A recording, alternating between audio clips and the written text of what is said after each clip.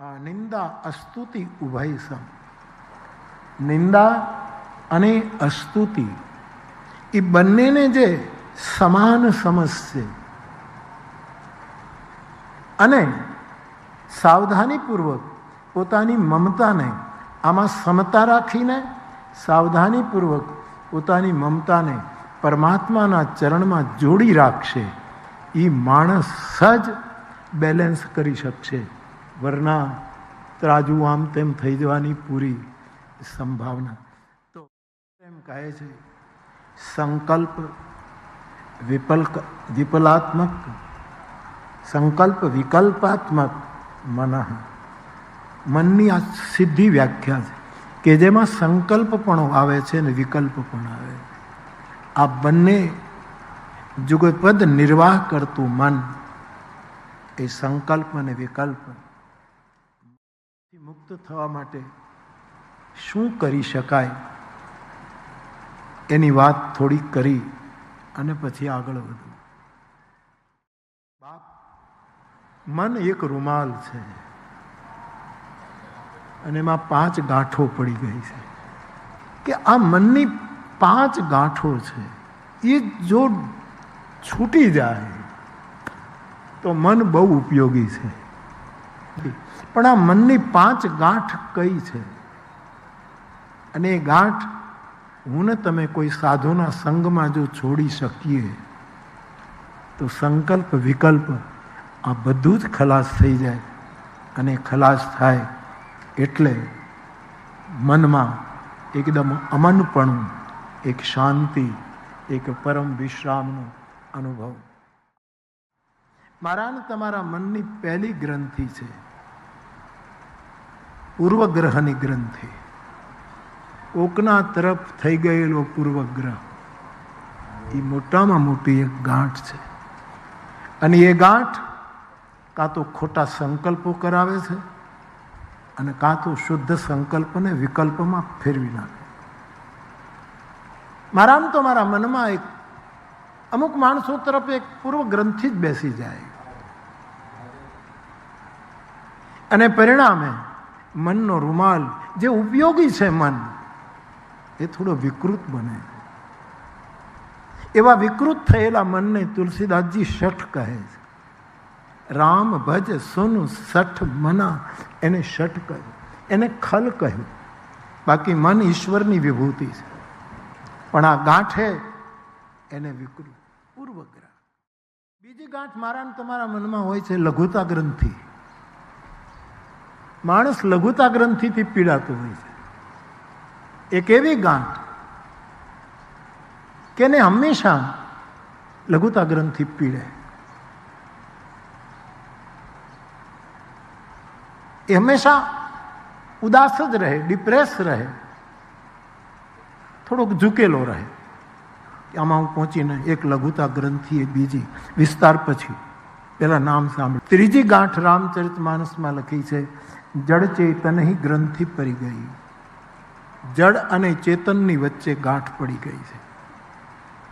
જડ શરીર અને ચેતન આત્મા, આ બંનેની વચ્ચે ગાંઠ ઉત્પન્ન થઈ છે.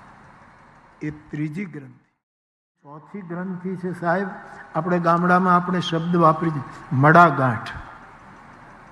મડાગાંઠ શબ્દ આપણે વાપરી કે એ ગાંઠ પછી છૂટે જ નહીં. મડાગાંઠ એટલે આખીરી ગાંઠ. એ ચોથી હૃદય ગ્રંથિ, હૃદયની ગ્રંથિ. આ મનની 5 ગાંઠો છે. આપણી પૂર્વ ગ્રંથિ છે ને, એ આપણાથી ચડિયાતા હોય ને એના તરફ જ હોય છે. આપણી સમાન હોય એનો આપણને કાંઈ બહુ સમાન ધર્મીની યારે લગભગ કાંઈ વાંધો આવતો નથી. ગમ્યું કે પરધર્મ એટલે ધારો કે મારો સ્વધર્મ રામકથા કરવાનો છે અને હું રામકથા કરતો કરતો હીરા ગણવા શરૂ કરી દઉં તો એ મારો પરધર્મ છે, એ મારે ન કરાય, મારે આ જ કરાય. આ ગજાનનનો સ્વધર્મ શહેનાઈ વગાડવાનો છે, એ પણ મારી સામે ઊભો થઈને પ્રવચન કરવા માંડે તો એનો પરધર્મ છે, એનો સ્વધર્મ નથી. જયભાઈ સરસ કહ્યું છે. આ બેન્જો વગાડે છે એનો સ્વધર્મ છે, પણ એ બેન્જો વગાડતો વગાડતો કાંઈક નૃત્ય કરવા માંડે તો એ પરધર્મ. આ તબલા વગાડે એનો સ્વધર્મ છે, પણ એ પછી વચ્ચે કૂદી પડે ને ગાવા માંડે તો એનો પરધર્મ છે, સ્વધર્મ નથી. આ હાર્મોનિયમ વગાડે એનો સ્વધર્મ છે, પણ એ પછી પાછું બીજું કરવા માંડે. આની બહુ જ સ્પષ્ટતા જયભાઈએ કરી, કારણ કે ત્યાં બીજો કોઈ ધર્મ એ વખતે હતો જ નહીં. પણ આપણે આપણા ધર્મ સંભાળવા જે નરસિંહ મહેતાએ, મારું ને તમારું ક્ષેત્ર કયું છે એ સાચવવાનું, અને એ ક્ષેત્રને ઈમાનદારીપૂર્વક ન્યાય આપવાનો. બધી જગ્યાએ બાથો ન ભરાય, મારે બધું જ કરી લેવું, કાપો ન વળાય. આપણી ભાષામાં આપણે આપણો સ્વધર્મ, શ્રોતાઓનો ધર્મ એટલે શ્રવણ કરવાનું. આપણે બીજા કેટલા ધર્મો, એટલે મેં તો બહુ સરસ પ્રકાશ પાડે, આપણે આપણો ધર્મ સંભાળવો. આપણે આપણા કરતા કોઈ આપણા સ્વધર્મમાં કોઈ શ્રેષ્ઠતા પ્રાપ્ત કરે ત્યારે આપણી પૂર્વગ્રંથિ બહુ જ આપણને પરેશાન કરે કે મારા ક્ષેત્રમાં આટલો આગળ નીકળી ગયો, એ આપણને ગમે નહીં. એ આપણે લઘુતા ગ્રંથિ માણસ જ્યારે પરેશાન થાય છે, હારે છે કોઈનાથી, કોઈ એનાથી આગળ નીકળી જાય છે ત્યારે પૂર્વગ્રહ થાય, પણ સતત હારે છે કોઈનાથી ત્યારે એને લઘુતા ગ્રંથિ સતત. નહીં તો રાવણને ક્યાંક કમી હતી, ક્યાંક ખામી હતી. આપણે જોઈએ ને, મનુષ્ય શરીર આ મળ્યા પછી આપણને શું ઘટે છે, શું ઘટે? પણ આ લઘુતા ગ્રંથિને લીધે પરમાત્માએ બધું આપી દીધું.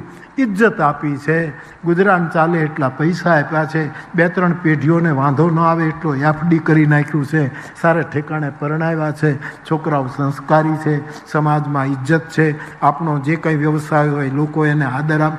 પછી શું ઘટે છે? પણ લઘુતા ગ્રંથિ પીડે, લઘુતા ગ્રંથિ. આ મને તમને ગામડામાં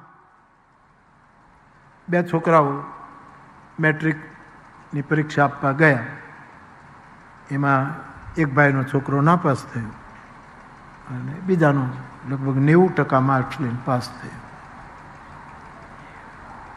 એટલે જેનો દીકરો નાપાસ થયો એને ગમે તો નહીં, લઘુતા ગ્રંથિથી પીડાય કે આ છોકરો પાસ થઈ ગયો. એટલે ઘણા લોકો એને કહેવા આવ્યા કે તમારો દીકરો નાપાસ થયો, એનો ઓલો પાડોશીનો છોકરો તો પાસ થઈ ગયો. તો કે ભલે એને પાસ થઈ ગયો, કોલેજમાં એડમિશન મળે તો કહેજો. આ બધી લઘુતા ગ્રંથિ. અને સાહેબ એટલા માર્ક લઈને એને કોલેજમાં એડમિશન મળી ગયું. વળી કોકે જઈને કીધું કે તમે કહેતા હતા નહીં મળે કોલેજમાં એડમિશન, ભલે એને એડમિશન મળ્યું, ગ્રેજ્યુએટ થાય તો બંદાને કહેજો. 4 વર્ષે પેલો ગ્રેજ્યુએટ થઈ ગયો. પછી કોકે કીધું કે તો ગ્રેજ્યુએટ, તો કે ભલે થઈ ગયો પણ નોકરી મળે તો કહેજો. સારામાં સારી ઓફરો આવવા માંડી નોકરીની, અને સારી નોકરી મળી ગઈ, 1 લાખ રૂપિયા પગાર. કોકે કીધું કે એને 1 લાખનો પગાર મળ્યો, તો કે ભલે ને નોકરી મળી, છોકરી મળે તો કહેજો, કોઈ દીકરી આપે. હવે આમ જેને પાછળ જ પડી જવું એને તમે રોકી શકો જ નહીં. છોકરી મળે તો કહેજો. ત્યાં તો હા ઘરના માગાઓ આવવા માંડ્યા, છોકરો આવો તેજસ્વી, 1 લાખ રૂપિયા પગાર, આવો ભણેલો ગણેલો, અને સામેથી માગાઓ આવવા માંડ્યા. ખાનદાન કુટુંબની દીકરી, એની સાથે એના લગ્ન થયા. કોકે કીધું કે ધામધૂમથી છોકરો પરણી ગયો, તો કે 2 જણાને ભળે તો કહેજો. પણ હવે તારે કેટલી લઘુતા ગ્રંથિને તારે આમ મજબૂત કરવી કે બંનેને બને તો કહેજો. અને સાહેબ એવું બન્યું કે ગામમાં એના દાંપત્યની સુવાસ પ્રસરી ગઈ. આ તો મનુ શત્રુપા જેવું દાંપત્ય છે, શિવ પાર્વતી જેવું છે, રામ સીતા જેવું દાંપત્ય. વળી પાછો કોઈ કહેવા ગયો કે ઘણાને આમાં જ રસ પડે, આવું થાય એટલે કહેવા જાય જ. આ પણ એક આનંદ છે, આ પણ એક મન કે જુઓ એનું દાંપત્ય કેટલું છે. તો કે ભલે ને પણ બાળકનો જન્મ થાય તો કહેજો, પણ હવે તો શાંતિ રાખશે. કોકના વંશ શું કામ ખોદી નાખે છે? પણ ત્યાં તો ભાઈ રાતે ન વધે એટલો દિવસે વધે, દિવસે ન વધે એટલો રાતે વધે. યશોદાનો લાલો હોય એવો દીકરો જન્મો. સાહેબ પહેલાં કીધું કે દીકરો જન્મ, તો કે હાજો રહે તો કહેજે, હાજો માંદો રહેશે તમે જોજો, હાજર રહે. ક્યાં આ લઘુતા ગ્રંથિએ માનવીના મનને વિકૃત, દેહવાદી છે. એ આત્માને ને દેહને એક માની બેઠો છે. જળ ચેતનની ગ્રંથિ એને પકડાઈ ગઈ. દેહનગરનો માણસ છે અને તેથી એને એમ જ થાય છે કે સમર્પણ કરવાથી ભક્તિ મળે, પણ મારાથી સમર્પણ થાય એમ નથી, તો અપહરણ કરીને ભક્તિ નહીં તો ભક્તિની છાયાનું અપહરણ કરી લઉં. આ એ માણસની એક પ્રકારની દેહની જડતા છે. એક ત્રીજી ગ્રંથિ રાવણની આ જડ ચેતનની ગ્રંથિ સુધી એ માણસે નક્કી કર્યું કે આપણાથી ભજન નહીં થાય. આ મડાગાંઠ કહેવાય. આપણે ભજન નહીં કરી શકીએ, આપણાથી કાંઈ થઈ શકશે. આ મડાગાંઠ ઈ જે ઘણા માણસો તમે જોજો, મરે તોય જેમ હિંધરી બળી જાય તોય બળી જાય પણ એનો વળ ન મૂકે. આ કેટલું આપણું ગ્રામ્ય દ્રષ્ટાંત છે. હિંદરીને બાળી નાખો પણ એની રાખ જે છે એમાં વળ એ નહીં હોય. એમ ઘણા હાવ હળગી જાય પણ હજી સુધી આટલી કથા પછી પણ વળ મૂકતા નથી સાહેબ. હિંદરી બળી ગઈ પણ વળ એમ ને એમ અને એને ખબર નથી કે આ વળ રાખના છે. કોઈક જરાક અડશે ને તો હમણાં તારા બધા વળ નીકળી જશે. આ લોઢાના વળ નથી, પરંતુ વળ મૂકે નહીં સાહેબ. આ બધી ગ્રંથિઓને લીધે મારું ને તમારું વિભૂતિ તત્વમય મન વિકૃત બન્યું છે. પાંચમી ગ્રંથિ છે હૃદય ગ્રંથિ. એ હૃદય ગ્રંથિનું છેદન સંતો પાસેથી સાંભળ્યું છે કેવલ ભજનથી થાય. આમ તો હૃદયમાં ગાંઠ થાય તો આપણે ઓપરેશન કરાવવું પડે કે ભાઈ કેન્સરની ગાંઠ હશે, કાંઈક હૃદય સોજી ગયું છે, લોહી બંધ થઈ ગયું છે, હાર્ટમાં પ્રોબ્લેમ હશે. આ તો શારીરિક હૃદયની વાત.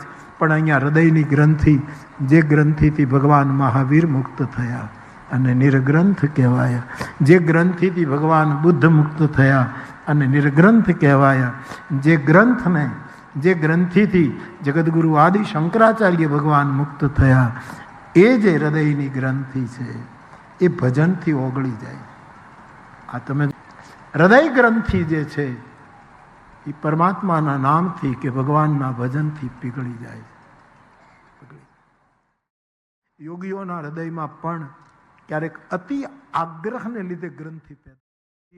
આવું કેમ લખી નાખ્યું કે કળિયુગમાં જોગ નહીં, જપ નહીં, તપ નહીં, આ કાંઈ નહીં, કેવલ રામ અહીં સુમેરીય ગાઈએ રામી. કેમ તો ઘણાને ગ્રંથિ થઈ જાય કે અમારે બીજું નહીં, પણ હૃદયની ગ્રંથિ જો ગાળવી હશે તો હરિનામનો આશ્રય કરવો પડશે.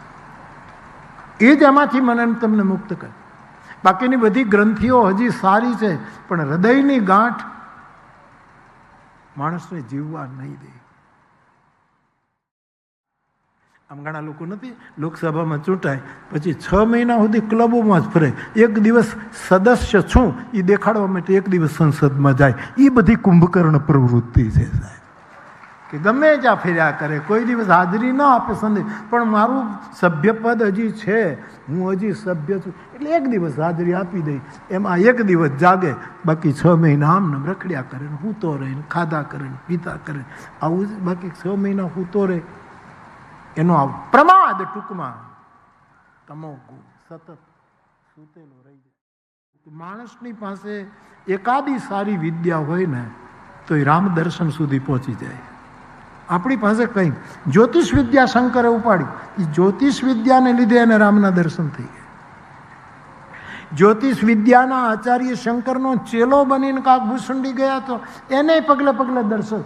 કોઈ પણ વિદ્યા અમે પકડી લઈએ તો પરમ સુધી પહોંચી શકાય. આ પાકું છે. કોઈ પણ કળાને પકડી લો તમે, સંગીત, ગાયન, નૃત્ય, સર્જન, કાંઈ પણ, એ ખરેખર મૂળ રૂપમાં હશે તો પરમાત્માના ગર્ભગૃહ સુધી આપણને પહોંચાડે. ભીતરનો બહુ મોટામાં મોટો શત્રુ કોઈ હોય તો લોભ છે. બહુ મોટો. તમે એના ઉપર વિચાર કરજો. આપણા 3 જે મોટા શત્રુ, કામ, ક્રોધ અને લોભ, એમાં જે લોભ છે ને ભયંકર એટલે ભયંકર. પણ લોભ મારી નાખે સાહેબ, અપાર કયો. 5-10 મિનિટ કામ, 1-8 કલાક ક્રોધ, પણ લોભ તો જિંદગી પર્યંત, ક્યારેક ક્યારેક જન્મ સાહેબ લોભ. એને તુલસીદાસજીએ અપાર કહ્યો છે. એ અંદરનો બહુ મોટામાં મોટો શત્રુ છે લોભ. અને મંથરા એ લોભનું પ્રતીક છે. લોભ ઉપર પ્રહાર કરવો એ કઠિન. અને શત્રુઘ્નએ જ્યારે મંથરાને જોઈ ત્યારે એના વાળ પકડી રામાયણમાં લખ્યું, એને ધરતી પર ઘસી નાખ કે શીખ અત્યંત કૃપણ લોભી. રામાયણમાં લખ્યું છે અત્યંત લોભી એને કોઈ દિવસ થપાટ બપાટ ન મારવી, એની હત્યા ન કરાય, એ મરેલો જ છે, એને મરાય. અત્યંત લોભી. રામાયણમાં શું થયું જુઓ કે લક્ષ્મણજીએ શૂર્પણખા ઉપર પ્રહાર કર્યો. શૂર્પણખા કામ છે, લક્ષ્મણ જાગૃત માણસ છે. જાગૃત માણસ કામનાથી મુક્ત થઈ શકે. એને શૂર્પણખા ઉપર પ્રહાર કર્યો. ભગવાન રામે તાડકા ઉપર પ્રહાર કર્યો. તાડકા ક્રોધ છે, ભગવાન એમાં સફળ થયા. પણ લોકો મને એમ કહે કે કથા હોય એમાં આટલા બધાને જમાડવાની શું જરૂર, પણ હવે એના જવાબ જ ન અપાય.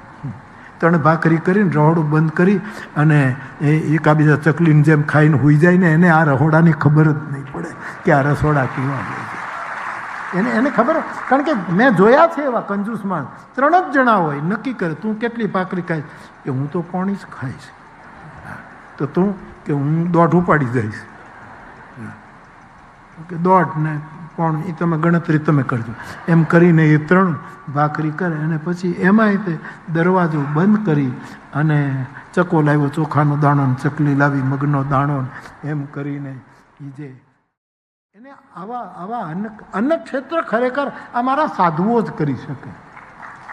અન્ન ક્ષેત્ર છે જ નહીં. આ તો ઠીક છે આપણે નામ આપીએ. અન્ન ક્ષેત્રનો સાચો શબ્દ છે બ્રહ્મ ક્ષેત્ર. કારણ કે ઉપનિષદોએ અન્નને અન્ન નથી કહ્યું. અન્નમ બ્રહ્મેતિ વ્યજાનાત. આ ઉપનિષદ અન્ન એ બ્રહ્મ છે. આ લાલગર બાપુ બધાને જમાડે છે, એ રોટલી દાળ ભાત શાક નથી પીરસતા, એની થાળીમાં બ્રહ્મ પીરસાય છે. અન્નના રૂપમાં બ્રહ્મ પીરસાય. અને બ્રહ્મનો ઓડકાર કંઈક જુદો જ હોય સાહેબ.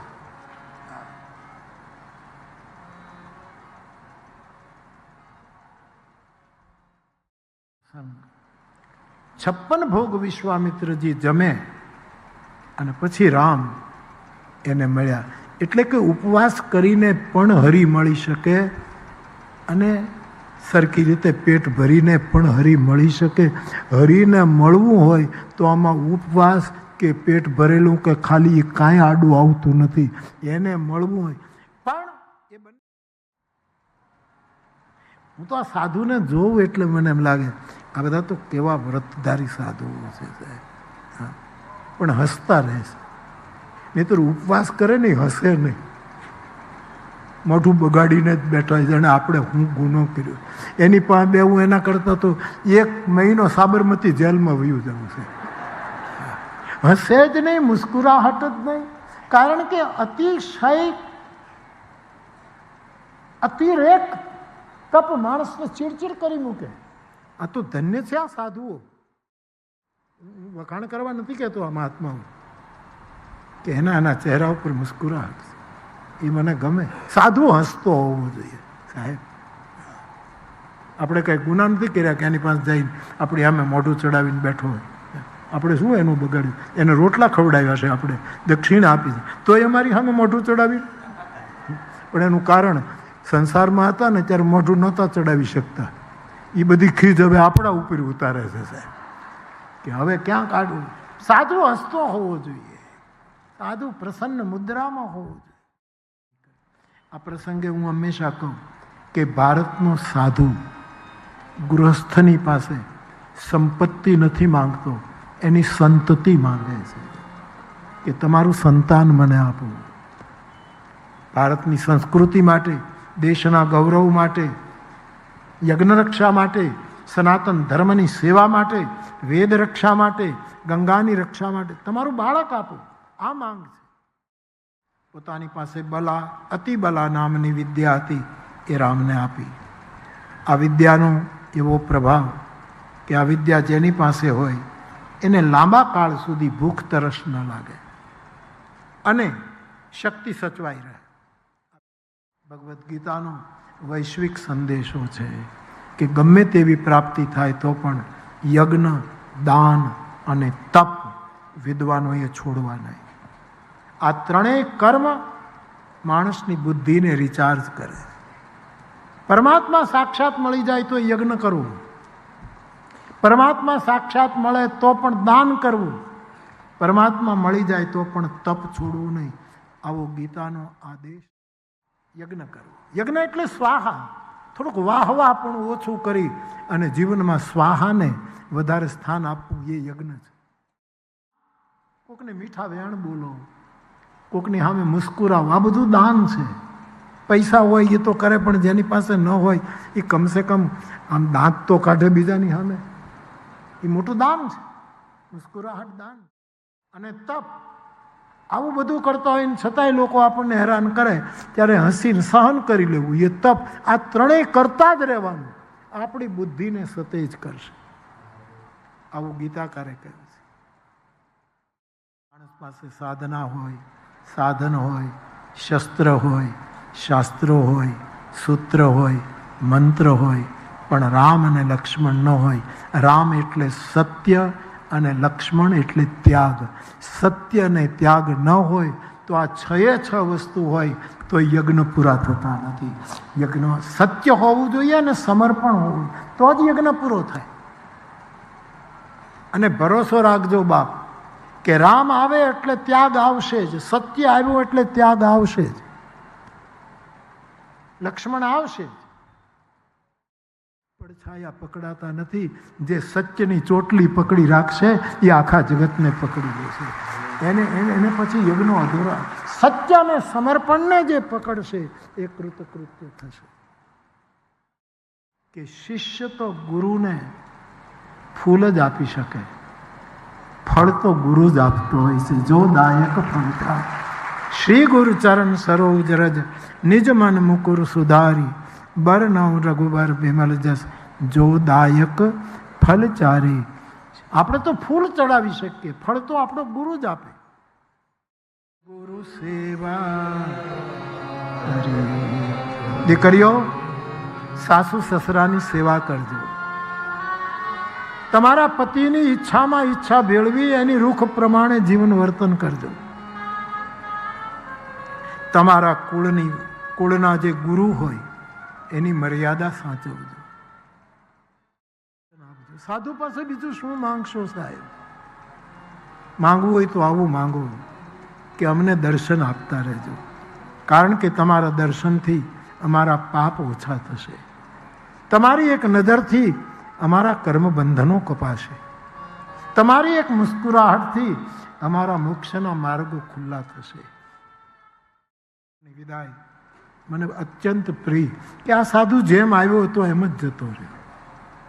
ઉઘાડા પગે આવેલો આ મહાપુરુષ આટલું મોટું કામ કરી અને બિલકુલ અનપેક્ષ ભાવથી પોતાની સાધના સ્થળીમાં એ વિદાય લે છે.